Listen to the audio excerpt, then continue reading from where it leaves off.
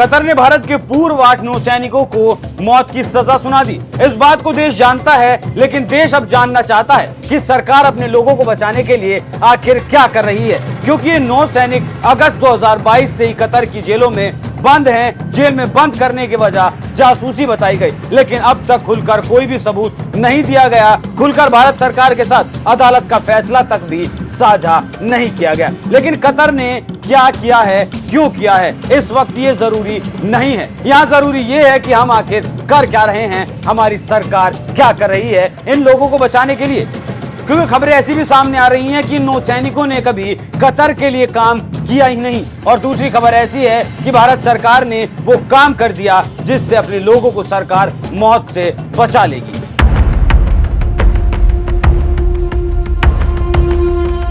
नमस्कार, NMF news देख रहे हैं आप। मैं हूं आपके साथ अभिषेक पुंडीर। कतर के कानूनों के मुताबिक किसी को सजा सुनाने के बाद उस फरियादी के पास अदालत के आदेश के खिलाफ अपील दायर करने के लिए मात्र 15 दिनों का वक्त होता है। और भारतीय पूर्व नौसैनिकों के परिप्रेक्ष्य में अगर इस बात को देखा जाए तो 7 दिन बीत चुके हैं और सिर्फ 8 दिन बचते हैं। मतलब मौत की सजा से बचने के लिए सिर्फ 8 दिन बचे हैं। हालांकि भारत सरकार इस मामले को बेहद ही संजीदगी के साथ लेकर आगे चल रही है। वो कानूनी रास्ते तलाश रही है, बैकडोर रास्तों को भी वो तलाश रही है। भारत सरकार वो हर काम कर रही है जो जरूरी है, लेकिन अब मामले में एक मोड़ आया है। वो ट्विस्ट क्या है वो भी आपको बताऊंगा, लेकिन पहले सुनिए कि मोदी सरकार कर क्या रही है। विदेश मंत्री एस जयशंकर ने नौसैनिकों के परिवारों से बात की और सभी को सुरक्षित लाने का आश्वासन दिया, लेकिन परिवारों के कुछ लोग सरकार से असंतुष्ट नजर आए। नाराज परिजनों का मानना है जो नौसैनिक देश का सम्मान है वो 14 महीनों से विदेशी जेल में कैद हैं। उन्हें शारीरिक और मानसिक यातनाएं दी जा रही हैं।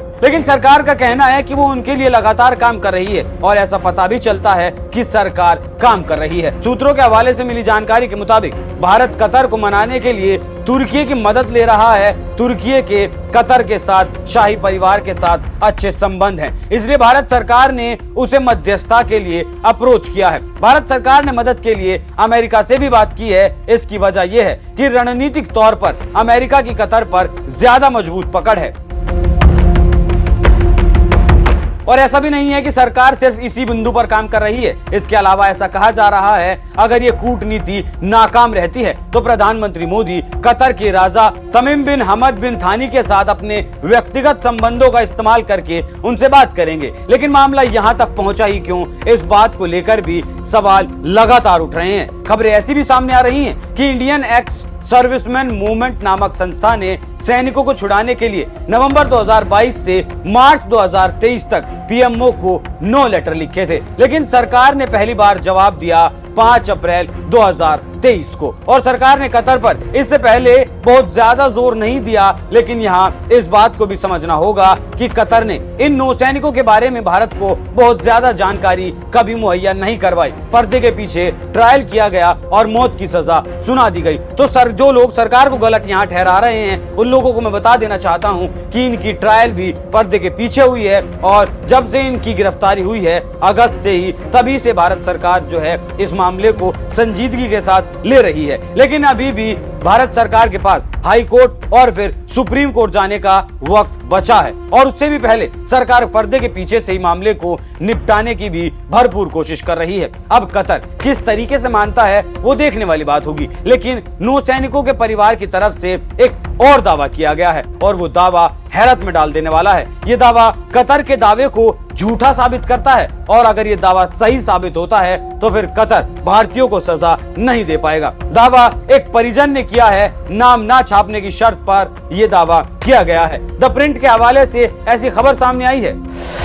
पश्चिम एशिया के कई मीडिया आउटलेट्स द्वारा गलत जानकारी दी गई थी, जिसमें भारतीय नौसेना के जवानों पर कतर द्वारा संचालित एक पनडुब्बी परियोजना पर जासूसी करने का आरोप लगाया गया था। रिश्तेदार के मुताबिक भारतीय नौसेना के पूर्व जवान जासूसी में नहीं लगे थे, बल्कि देश के नौसेना कार्यक्रम में मदद के लिए कतर गए थे। कतर ने जासूसी के इन आरोपों को साबित करने के लिए कोई सबूत भी सार्वजनिक नहीं किया है। कोई भी किसी पनडुब्बी परियोजना पर काम नहीं कर रहा था।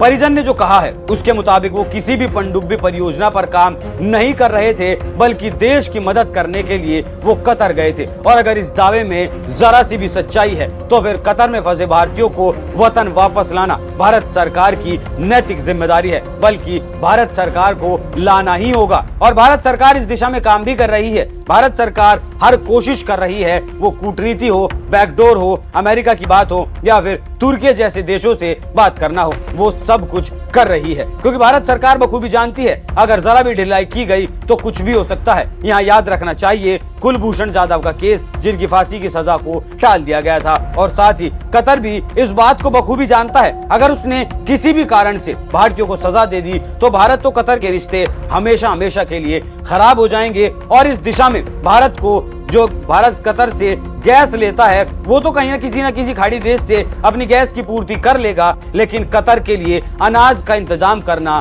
भारी पड़ जाएगा। और भारत जब कनाडा के राजनयिकों को उनके देश वापस भेज सकता है तो कतर की अकल को भी ठिकाने लगा सकता है। आप भारत सरकार के इस कदम पर क्या कुछ राय रखते हैं? अपनी राय हमें कमेंट कर जरूर बताइएगा। नमस्कार।